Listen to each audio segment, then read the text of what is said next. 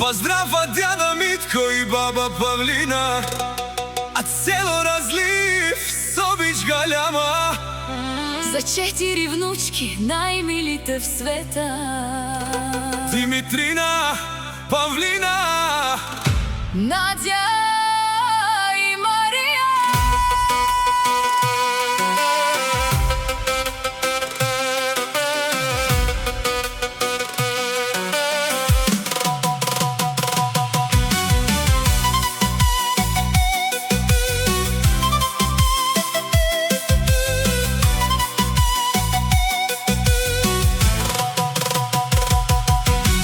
Село Разлив се носи мълва, че дядо Митко има радост голяма. 4 внучки като 4 цветя, Грее в сърцето му ден и нощта. баба Павлина с обич ги гледа, С топли думи ги учи навред. Димитрина първата гордост голяма, Радост носи на дядо и баба. Павлина с усмивка добра, Като слънце грее в дома. Надя нежна със златно сърце, Мария най-малката радост навред. Димитрина, Павлина, Надя, Мария, 4 внучки най-голяма магия.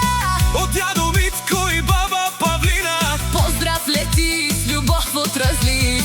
4 внучки 4 звезди, греят силно в техните дни, дядото горте, бабата също. за тях живеят Обич безкрайна.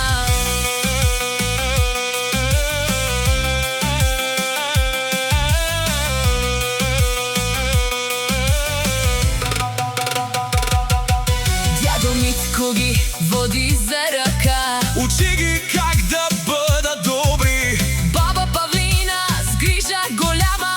пази ги силно от всяка беда. В Разлив всички добре ги познават. Думат, Такива внучки рядко се раждат. смях се чува от техния дом, Радост и щастие всеки ден, но Димитрина, умна и смела, Павлина, весела и добра. Надя, Като цвете красиво, Мария, усмивка дарява сега. Димитрина, Павлина, Надя, Мария, 4 внучки най-голяма магия. от дядо Митко и баба Павлина. Поздрав лети с любов от Разлив. 4 внучки 4 звезди, греят силно в техните дни, дядото горте, бабата също. за тях живеят Обич безкрайна.